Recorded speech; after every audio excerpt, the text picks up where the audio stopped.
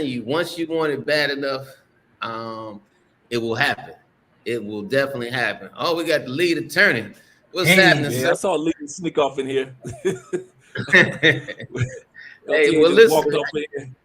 I know, because matter of fact, he told me that he was going to. He was thinking about hanging up his legal hammer. So listen, man, if lead attorney, if you want to jump in, I'm gonna put the invite right here. I would love to hear what you're going to be, what you got planned for 2022, because man, he's been blowing the hell up too. Yeah. So another thing that was a blessing for 2021, I forgot all about. I didn't think about it. To be able to walk, this is the first time in my life I was able to walk into a car dealership and buy a brand new car off the lot. That was, it was 2000. It was 2020. Wow. Just came out, and we got it in 2021, and was able to throw the money on the counter and get exactly what we wanted. And I've always had nice vehicles and things like many other people, but to be able to, I just wanted that experience one time in my life. You see it in the movies, but I want to be able to walk in and say, let me get that right there. I ain't looking at the tag. Let me get that.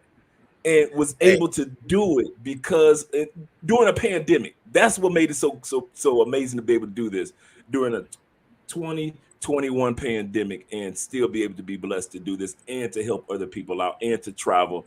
And that's why I'm such an advocate of, giving flowers when the person's still alive. And what I mean by that, if it wasn't for Russ, man, I say it all the time, but people just do not understand how much I binge watched this brother's original video content and how it was him, Ace, and Marwa. That was it. It wasn't no other brothers that was really talking about travel at that time period. My man in Brazil had just passed on, so we really didn't get a chance to really, other than his documentaries, to consume what he had to bring to the world.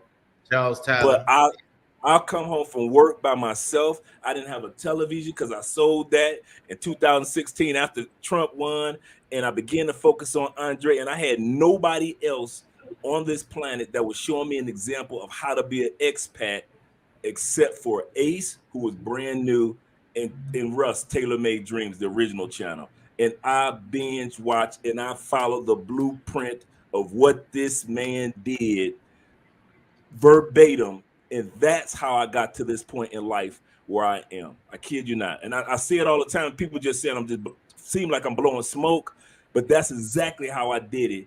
I cut off a lot of people. And by the time I got ready to move out of the United States, all I had was an air mattress the last month because I had sold all the furniture. I sold all my cars, my trucks, everything that got sold. And when I moved to Colombia, I was at peace, and it was great, man. So I just want to let Russ know, man, going into 2022, just like we did going into 2021, let you know, man, I appreciate you, and I got nothing but love for you, and I more than you realize, brother. It's reciprocated, and I'm gonna let the lead attorney come in here in a second, but I just want to give a quick shout out to Will. It says, from one shipmate to the next, drinks on me. On my way to Panama. Hey, man, you're going to love Panama. I don't know if it's your first time, but Panama is a fantastic place. You're going to love it. You're absolutely going to love it. Check out Javier's and Habanos. That's the two hot spots in Panama City. Russ, haven't seen Skrilla in a minute. Is he okay? Yeah, nephew's doing good, man. He's about to do, I know I ain't going to put his business out there, but he's about to do something big next month. And he's doing very well. He's doing very well. Thank you, Jesse, man. Appreciate the super chat. Cassius, King Depp is done. King Depp is done. Well, debt is done. I don't believe in debt. So except if somebody else is paying that debt. Now that's good debt. If you're paying your debt, then that's bad debt. Somebody else is paying, that's good debt. So the lead attorney, man, joining us at the end of the year, man. I'm so honored and blessed. This is a power man right there, boy. Hey, Russ. I thought I was doing it fast. Man. What's going on? Man, I'm doing well. Thank you so much. And I just want to echo what Love Crossing Borders was saying to everybody. It's so weird being a YouTuber, right? I had 1,000 subscribers in January, just this January. So my channel's kind of grown pretty quick. But I remember, before I had a YouTube channel, I would watch your videos all the Wow. time, all the time. I found so much value in them, even though, I've never been to the DR. Never had plans to go to the DR, but I've been thinking for a long time about retiring in Mexico. I've lived in Mexico on and off for about 5 or 6 years, fluent in Spanish. So that had always been kind of like my retirement dream. I love it down there. I absolutely do. Absolutely love it. Yeah. But I would always find a lot of value in watching your videos. And so it's weird. It's just so weird to me now to actually be on your panel as a YouTuber, because I never would have imagined this, 2-3 years ago. I know it sounds weird, but it's so true. I've always been a huge fan of yours. Well, thank you, sir. But let me ask you, because I asked everybody else, what was the biggest thing that happened to you in 2021? Honestly, probably this YouTube thing, to be honest. Okay. I'd never imagined that I would get this far with it. I didn't know what it was before I started. I thought you just got on here and talked about some of the stuff that you wanted to talk about. And I got a lot of experience helping men with their child support and their divorces and things. Yeah, I'm down here in Atlanta. I'm a practice attorney in Atlanta. I've been here 20 years. I'm born and raised here, actually. I've always lived here, except for when I was living in Mexico. So I just wanted to get on YouTube and tell men kind of what I saw the deal as being. And it has grown into something and morphed into something that I never imagined. It's gotten really, really big now, at least for me, because attorneys, we're used to talking to one person at a time, So if I'm talking to you, Russ, if I'm at your hearing and I'm doing your trial, I'm just interacting with you. And then I'm over at Love Crossing Borders. And then I'm over at Chapapa. I'm talking to him. So we talk to people one at a time. And for someone in my profession to talk to, a room full of 30 people or 300 people or 3,000. 2 weeks ago, I was doing a live stream and there were over 11,000 people. And to me, it seems like a Twilight Zone type of thing, because as attorneys, we don't work like that, where you're talking to 8, 9, 10, 11,000 people. So this is all new experience. I've had to teach myself all of this stuff, audio, editing, all this equipment, how YouTube works. It's really been a whirlwind, but a very special year. And I've affected a lot more people than I could have just individually, just representing people here and there. I just got off. The reason I'm dressed is I just got off of doing consults with some brothers, not only about YouTube, but I did a few consults about for men in their marriages and child support situations. So this has actually helped me just reach so many more people than I would have just being an attorney. In fact, I've retired. I started the retirement process in January, so I'm pretty much. I was going to ask you about that. Yeah. So you're about to jump into it full time. Yes, and it's honestly, it's kind of been full time. Well, I say full time. I only stream kind of like Monday, Wednesdays, and Fridays, and sometimes I get lazy. I want to do this or that, but it's full time for me. I don't have any kids or anything. I don't have a wife, so my life is just pretty normal, pretty laid back. So whenever I want to hop on this thing, people are generally willing to listen, and I've learned a lot. Now I got people. For the first time in my life, I have people hating on me, people making videos, bad videos about me, Like, wow. Welcome. Welcome to the club. Yes, that is. Let me say something. First off, Lee, this is an honor to speak to you. First, I think I speak for everybody on YouTube and is live right now. Thank you.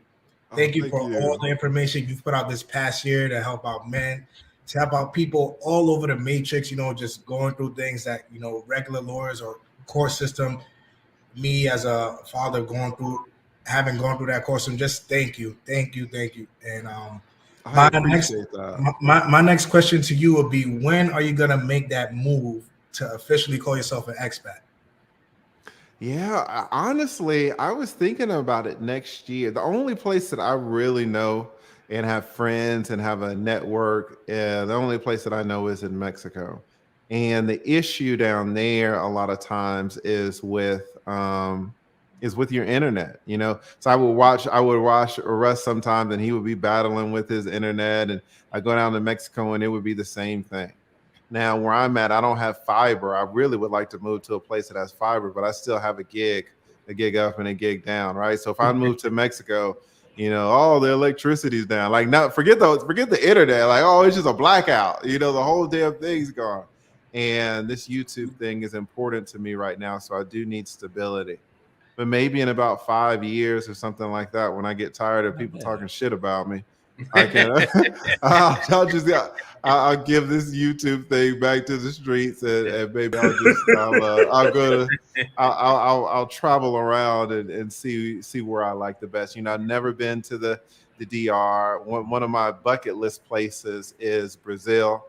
You know, I was actually teaching myself Brazilian Portuguese, which is fairly easy to pick up if you already know Spanish. And right when I was teaching myself that, you know, the whole thing hit and all the travel restrictions and all that. Plus their government was handling it so poorly anyway. A lot of people died over there. So, you know, I really want to go over there. I wanted to go to Cuba, but then I think I heard from you, Wes, because I still watch you. I think you were talking about, you know, there have been some changes and, you know, maybe it's harder to get down there now with Biden or something like that. So, yeah, Biden clamped down harder than Bush. I mean, Trump. Can you believe it? Yeah, I didn't know that. He clamped down harder than Trump. Wow, it was easy to get there with Trump. That's crazy. That's crazy. I think we should all be able to go down there, right? Absolutely. And just experience other cultures. You know, I don't really know what's going on with these governments. But yeah, so I would maybe the only thing about Mexico, though, and let's be honest, you know, I've got friends down there. I've got a large support network down there. Having said that, it'd be fucking dangerous, to be honest, right? And you can't count on the police at all. The police will snatch you up. Now, Americans are pretty, you know, they don't headhunt Americans, right?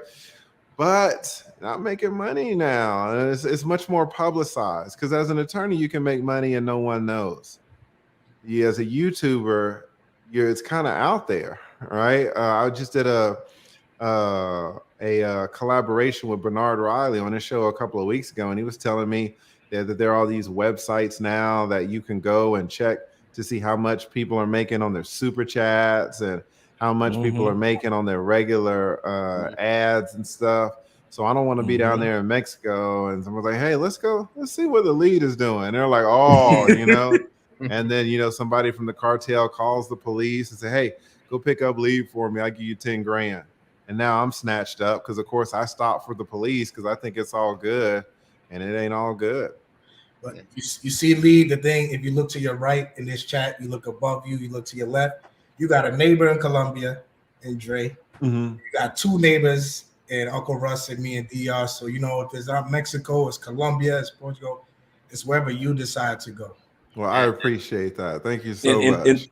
And the same scenario could be here in Colombia. You know, we are like I was saying that this couple of years we've been blessed with to be six figures, 2020 and 2021, and it's easy for someone to go to Social Blade and look up how much we make. Usually those numbers are off. They're like you make 4 times as much as that. So you kind of let Social Blade say, well, they only made 12,000 this year. Okay, cool. Yeah, that's good. Right. And so usually those type of sites don't know what they're talking about. But normal everyday people, they don't care.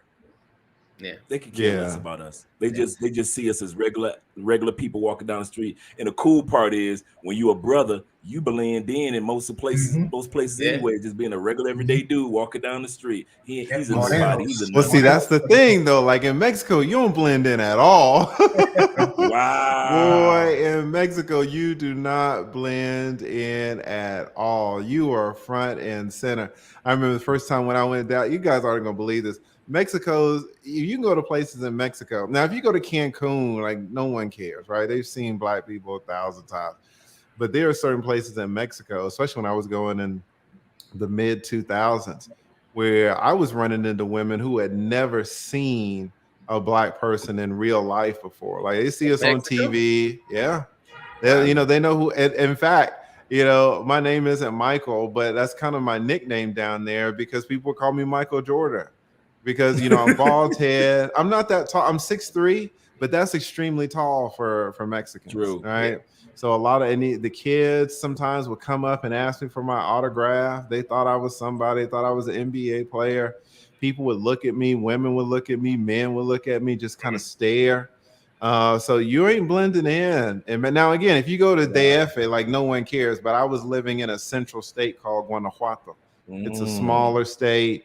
Much, they're more rural, let's say, and I mean, you were it. I mean, there were weeks probably even months when I was the only black person in the city, and so it was no blending in. Now, that came with some privileges, right? Because, of course, right. So it was good. It was Taylor made it, he'll tell you that if you're a black man in Atlanta, like good luck trying to be viewed as exotic, right? I'll go down to Atlanta, Hartsfield Jackson Airport. They'll think I'm working for TSA. It's just it's 1,000 brothers. Like you cannot stand out at all. You are invisible walking through that damn airport. You're invisible. And this was the first time in my life where I would walk around being a nobody and be treated as a somebody. In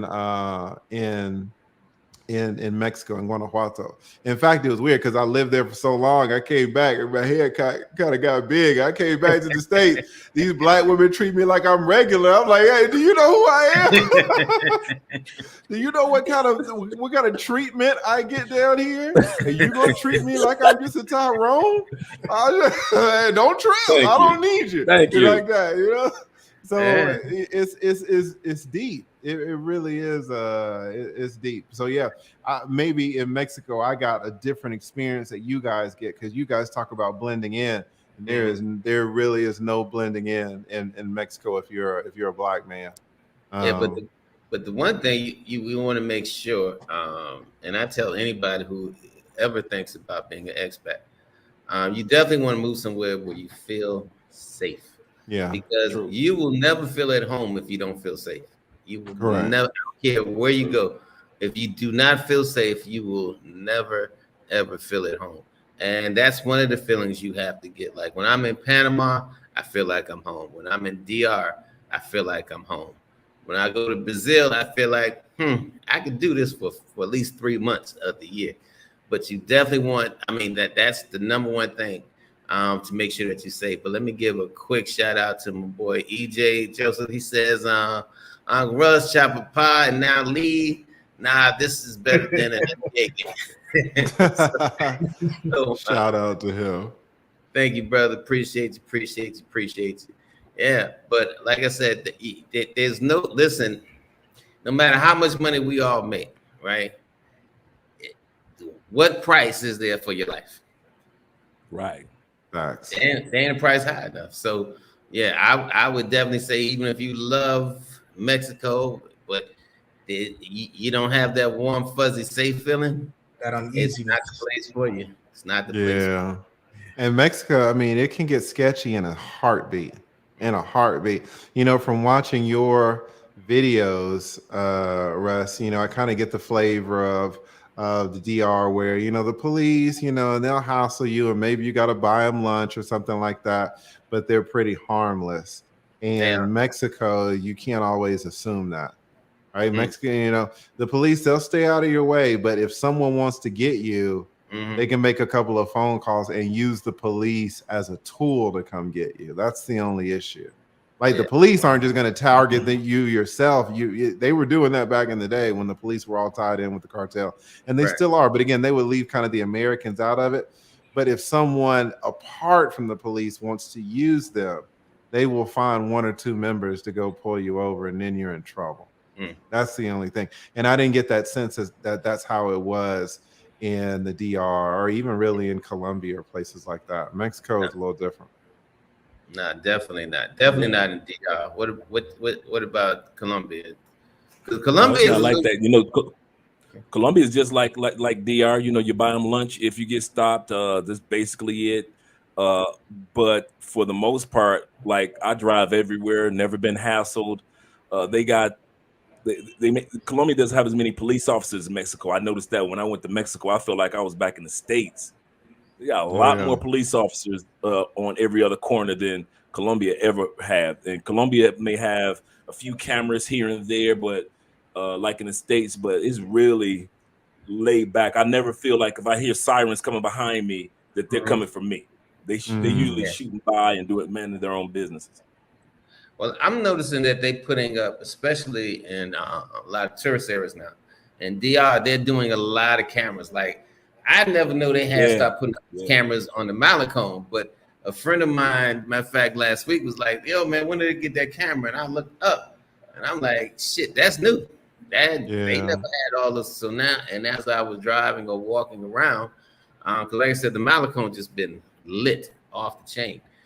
Now I'm starting to see all these cameras up, and I guess because there's a cruise ship that literally docks 4 minutes from me. Literally take me 4-minute drive to where the people get off the cruise ship. It's like literally right down the street, which is why I'm buying that condo 5 minutes from me, because only thing it's going to do is go up. But so the cameras, the safety of DR, man, especially in I would say areas that are touristy, areas that are where more the income is greater. Dominicans and expats, they are heavy on security. They are. I mean, I have not heard about nobody getting knocked upside the head down here on the Malecon, except one time this guy was involved with this 16-year-old, and it had a whole nother turn to it.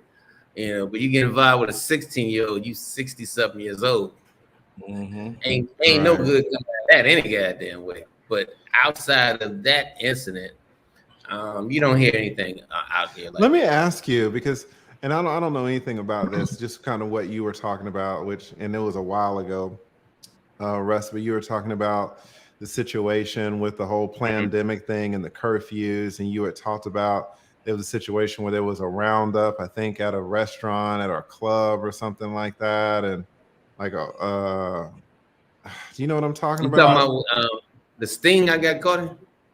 Was that you? Because I don't think you got caught in. I think you were kind of thinking about going, but you decided at the last minute not to go. I think you're talking about Atlanta Lights. Because there's a brother. It was like about that. Did you feel like that was a little bit of corruption, or? Yeah, but that was on the owner. That was on the owner, because I talked to people who went to the restaurant that night, and they had the curfew going on. Now, the club right under him, which has been on the Malecon for probably over 10 years, Miami, everybody closed on time.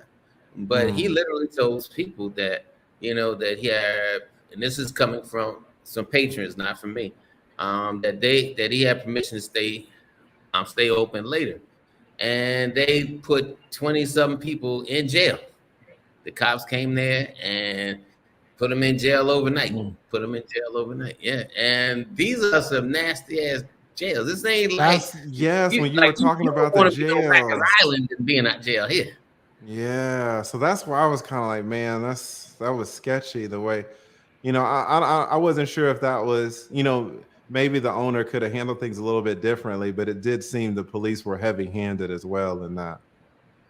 Yeah, but you know something also, and I agree with you, but if you a new kid on the block, you know, and every Dominican business is closed, and you so bold thinking I'm an American and I got a little money, that you know it's almost arrogant to them, you know. And the one thing I tell people, man, don't come down and insult people's culture. Dominicans are very prideful, and they hate for anyone to feel like they're insulting their culture, or just say I can do this because I'm an American, or because I'm arrogant. So that had a lot to go in with how they played it too. Now they didn't treat the people horribly, you know, or anything like that. They said they just put them in there.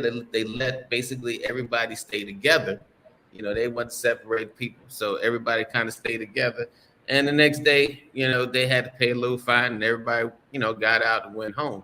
But it was just to show them, hey, you can't be doing this shit.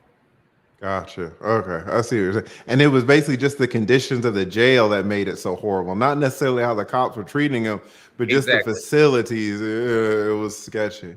Yeah, they didn't put them in handcuffs and gotcha. Had the hand tied behind their back. Now they just put them in the paddy wagon and say, hey, this is where you're gonna sleep tonight, and pay your fine in the morning. It's not that they had to go to a magistrate or anything like that. They just had to go to the police station, pay that fine, and please let them go. They didn't fingerprint them and all that other shit that they would do, you know, in Western countries. Gotcha. Okay. Yeah, and I that's remember why I said it was more of a teach you a lesson not to do this, as opposed to, you know, we're gonna go heavy hand, full throttle. Nah, it didn't happen like that. But it's so nasty in there, you don't want to go there. Trust me. You don't even want to go in there. No. I hear you. Yeah, and I hear you say a lot that they are very nationalistic, you know, which is different than Mexico. I mean, Mexicans love Mexico. They really do. But, you know, you go down there and you can get play for, you know, they'll give you some play. Like they don't care. Like, in fact, they have they have another concept. It's called like being malinchista, where it's this concept where it's like the opposite of being nationalistic. Like they prefer what is foreign to their own people, and they will criticize themselves for it. So you take a woman, a blonde-haired, blue-eyed woman who's like a 6 in the United States. You know, she's a 6 in Georgia, just some regular, you know, blonde-haired, blue-eyed, 28-year-old woman. Put her down there in Mexico, man, they treat her like a 9.5 all day long. And she's going to get like the best Mexican dudes, because they're going to be like, oh my God, blonde hair, blue eyes. Like, you know, we got all these Marias with this black hair and brown eyes. You know, this is something different. It's something exotic. And so it's kind of like the opposite, where if you're a foreigner in the right places, you can be seen as exotic. Now, again, if you go to a place like Cancun where they have everybody, and most, you know, if you go to these tourist spots, you're really not even going to be talking to the real Mexicans, right? You're going to be talking to other tourists. Yeah. But if you can go to a place where you're interacting with real Mexicans, you know, you will get you'll get a few points for being a foreigner. And it didn't seem like, listening to you, like if you're in the DR, you kind of get some deductions. Like they're not really patting you on the back for being a foreigner. But a lot that plays in, like yourself and like Chapapa TV, like he speaks and you speak fluent Spanish. So your two worlds, even living, even your visit here to DR, your world would be like much bigger than mine. Chapapa TV, my world is his world is here, because he can communicate. So all that plays into your interaction. And then it's getting people off the reservation. I tell people, man, I don't do resorts no matter where I go. I just, you know, I'm not a resort guy. Yeah. Now that don't mean I want to go live in the hood, but I want to be live in the favelas, right? Put me in Rio and I can walk over that little line in the favelas. But I actually hung out in the favelas when I was in Brazil. Really? They had a jazz club that me and my brother we adventurously went to, and we left the jazz club. Matter of fact, the guy who dropped us off said, "Listen," he says, "now the bus stops right at the end of the hill, because the favela, you know, you go all the way up. He says, when you leave the club, he says, make a left, go straight, don't look at people, just keep moving. And I said, he says, do not stop, just keep moving till you get to the street. He said, because then he said that's the tourist area they're not gonna buy. So when we left that club out the favela, and it was a cool club, it was just weird because they had cats literally everywhere. Really? Tables, and it was crazy. My brother ordered food. I don't understand how he did. I would have cats everywhere. Cats everywhere. But when we left that jazz club, man, listen, I said, follow me. And I was like, you know, that fast walk would look like you running almost. Mm-hmm. That's what we was doing. Trot. So he's trotting. I got a question for Lead and Andre. I haven't been to Mexico, either Colombia. Do they have like police departments dedicated to tourism, just strictly tourism? Because out here in DR, certain cities you can find like, you know, Policía de Turismo. If you go out, like it's like a police department built everything dedicated strictly to tourists. Mm-hmm. They probably do in places like Cancun that are super touristic. But if you go to DF, or you go to Guadalajara, if you go to Guanajuato, I mean, it's just like a city or a town, you know, so you'd be lucky if they got police, to be honest, depending on somewhere. So you asking for a lot to get a tourist police. You asking for a bit much. But I think in bigger places where tourism is a bigger factor, then probably, yeah. What about Colombia, Dre? Well, here in Colombia, tourism just started taking off in the last 5 years. So, and let's break it down. You got Medellin, full of tourists. They might have it because, you know, everybody's first give birth to their experience in Colombia in Medellin. That's why I don't live there, because I don't want to be around no tourists. Or they run to Cartagena because they're trying to see the ladies, like, you know, Obama's security, trying to see the ladies, you know. And, that's a good story you want to look up, Lead, from 2012 when Obama came to Cartagena and all his security got caught with the ladies of the night. Shit, can't blame him. Yeah, that was big scandal. All he had to do was pay the chick. All he had to do was pay the chick.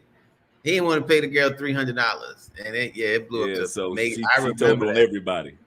And so, but in Cartagena, it's still new and fresh. But here in Cali, we don't get too many tourists down here, even though it's the third major city, is because Cali is not set up with a party spot in the sense of what dudes go to DR, what they go to Sosúa for, or what they go to Medellin for. Medellin has Parque Years, where you can meet the fun girls. Cartagena has the clock tower where you can meet the fun girls. They come down to Cali, you meeting the most beautiful women, but they're more serious about like, okay, if you're gonna be with me, you're gonna be with me the whole weekend.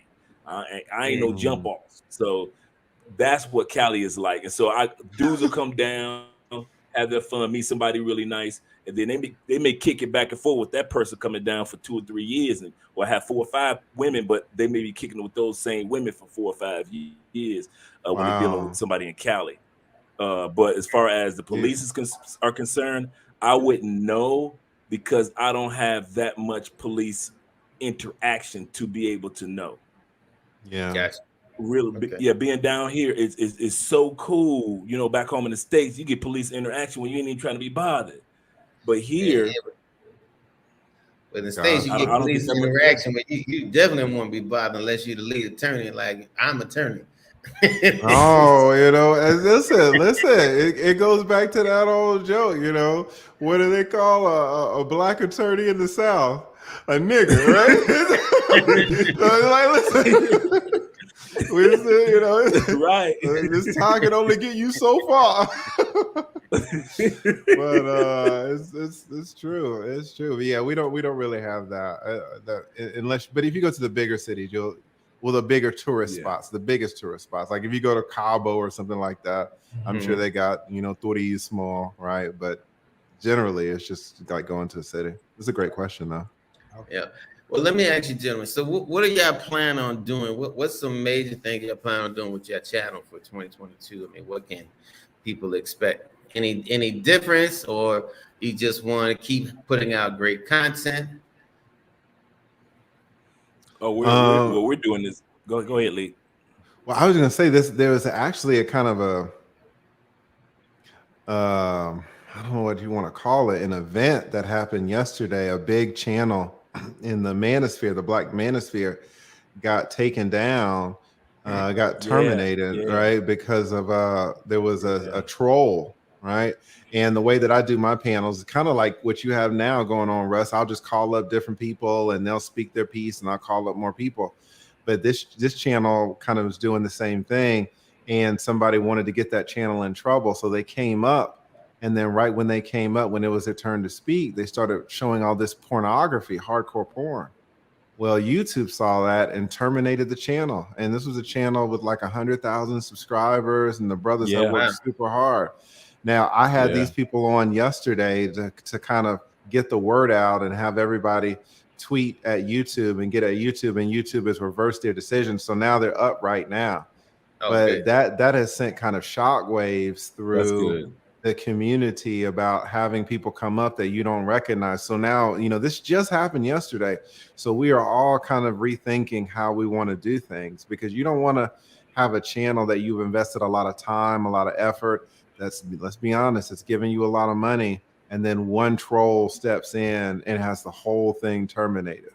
So, now, but you can hit that remove button if you're quick enough. No, they hit it, but it's up there. I mean, I think they said the person was up there for like 3 seconds, but YouTube has a zero tolerance policy. Show porn on YouTube and see what happens. Right, your channel's gone. And so even if it's just something that's quick like that, and so, you know, it did seem unfair. It certainly seemed heavy-handed, but to be fair to YouTube, they reversed it, you know, which is great. But now we're all thinking about ways to prevent that going forward, because we spend too much time, you know, trying to cultivate an audience and investing in our subscribers to have one person who doesn't like us take it all down. So that's an interesting thing going into 22. If you do live streams, now if you're just doing regular videos, it doesn't matter, right? But if you're doing these live streams, bringing up tons of people that you don't know, it's sketchy. Yeah, but I try not to. I only did one live where I actually brought some people in that I didn't know, but I know they've been on my you know, in my comments a lot, and they, you know, always had, you know, great comments to make. But I would have, now that you said that, I wouldn't even do that anymore. I would only bring in people that I actually know personally, right? And, you know, or somebody else who makes like, hey, Russell, can you, you know, bring me on to introduce my channel, something like that. But so I'm glad you mentioned that, because that went by me. Wow. Yeah, I saw the interview, your interview yesterday, Lead, and with the brothers, and it was a wake up call for me, because I'd never done those type of live streams, and I only did one time, and it was during the passing of a person that somebody passed on here in Colombia, and we all wanted to discuss it, and I did one like that. But that was I think that moment for those guys were not just a wake up call for them, but I think for a lot of content creators of color woke up that moment to see those brothers kind of go through that stumble moment, because you're right, it just takes one person to just interrupt all your hard work. Absolutely. Yeah, Kevin Samuels, Kev came by and he was talking, you know, he gave his 2 cents about it, and you know, because you know, he deals with panels too, not big panels like this where like he'll bring up unknown women, let's say, but then you never know, you know, what's going to happen. So trying to take steps to prevent that, having everybody cam up, having like a green room type of scenario where you can interact with people before they come up, and just trying to protect yourself. So, you know, he came up and spoke, and then like you said, Anton Daniels and Lapeef, they were speaking about it too. So thankfully, their channel is back up. They're live right now. Good. So that was huge. Awesome. That's real good. So Andre, I don't know if I need to ask this. Well, let me say, what can we expect from your channels? I've got 2 more channels that we're going to be launching One is Travel Unravel, and it's going to be just top 10 things that you can find out about traveling, whether it be top 10 trains, top 10 locations, it's a simple channel, but the niche is large. A lot of people don't realize that. 5 channels. Yeah, they put us to 5. Yeah, that's amazing. God, you guys are so hard workers. Our goal for y'all know, right? That is a workaholic. That is a workaholic. Yeah, I got 2 books coming out: Bankrupting BS in Your Life, How to Overcome the Obstacles of Fear, Distractions, Complacency, and Discouragement. So I've got that coming out. And How to Un-F Your Life. You know, I did a video series a couple months ago called How to, because a lot of times we just got our life effed up. We F it up, and we just don't know how to get it from un-effed. And so I did a series, and it did really great. I did two-part video on it, and I was like, you know what, Andre, you need to write this book, or at least make a course on how to un-F your life, because I know what it's like to have an effed up life and what steps it takes but primarily to get it, at least start the process of getting your life from being un-effed. So those are the 2 books we got coming out: Bankrupting BS in Your Life and How to Un-F Your Life. We're doing that this year, and just continue on with collaborations. With this year, we're dedicating ourselves to sponsorships. The larger YouTube, I've watched several interviews of some of the larger channels, and they said that the money that they make from AdSense is the least of their income. And I know what we make, and I'm like, if that's the least of their income, I'm doing something wrong. So I'm like, I got an email list with 20,000 people I have not taken advantage of, so I need to do that. We're going to build, and we were like lead. And just like those brothers, like that had the channel that was interrupted, we all grew in 2020 so fast. You didn't get a chance to say, well, let me set up a website, let me set up an email list page, everything just happening so fast over 2020 and 2021 that in 2022, I promise that we're going to really streamline everything, make everything is more mechanical, where things are just automatic. The email list will automatically be set up, so whenever I drop a video, all 20,000 that are on the email list will get that link automatically to that video, as well as the subscribers on YouTube. Well, let me ask, because I know you do this full time for you, but what about your wife? Is she doing this full time with you, or? Yeah, let me just jump in right quick. Because I gotta dip out. But I definitely want to say, shout out to Andre, shout out to Chapapa. Great to chop it up with you guys. And again, thank you so much, Russ, for having me up here. I just wanted to hit the link and come up and show my love and support for what you're doing. I really appreciate you as a content creator. I've been following you for so long, so it really is an honor to come up here. I wish you even more success in 2022, man. And I'm glad to see you taking that plunge out of dealing with all these miserable people getting divorces. That's exactly right. It's a bunch of misery. It's absolutely a bunch of misery. All right, so that is so true. So thank you guys so much. Y'all have a great evening. Thank you, Lee. Happy New Year. Thank you. Happy New Year to y'all too. Yes, sir. Happy New Year, brother. Yeah, well, that was nice. That was very nice. That was fun. That was dope. Yeah. And that was fun. So, always something new to learn, and it was sad what happened to those brothers in their channel. But I'm glad that he was able to let us know that those brothers got their channel back up, because those dudes, I have been following them for about a good 6 or 7 months, and they put in a lot of work behind the scenes. So.